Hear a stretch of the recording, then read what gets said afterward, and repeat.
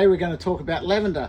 Lavender is one of those very easy flowering sort of perennials. Absolutely beautiful to look at, very fragrant. But there's a few tips you need to know about looking after them. But lavender has a silver foliage, and it is silver foliage is an indication that they are very drought resistant sort of plants. So there's quite a few plants with silver foliage, so that's an indicator that they can take very dry conditions, and are very good at attracting bees, essential for this time of year. We're in now January, February, when a lot of plants need pollination. As far as a few handy hints for these, once they are starting to flower, or even it's a good idea to be cutting these flowers back, especially after they're finishing, and you still got to cut them right back down to at least about a third off. That will encourage the more bushy growth to come from the base and encourage a lot more flowers to come on the bush as well. Here we have a couple of samples of lavenders that are a wee bit too woody, a lot of dieback in the middle of the plant here. If you have a plant that's looking like that, it's time to replace it and start with fresh stock.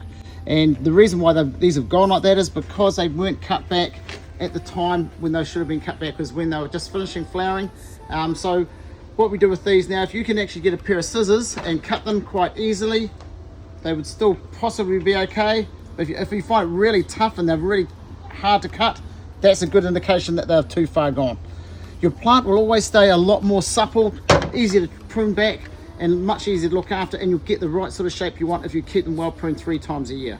Start pruning them back. Don't worry about the new flowers coming on here, because most of the flowers, as you can see, is spent and they're down here in the bush. So now's that time we need to start pruning them back by at least a third. So basically you get your plant like this before it gets too woody. Don't worry about the new flowers, as I said, and start pruning them back. As you can see, that's cutting through there quite easily.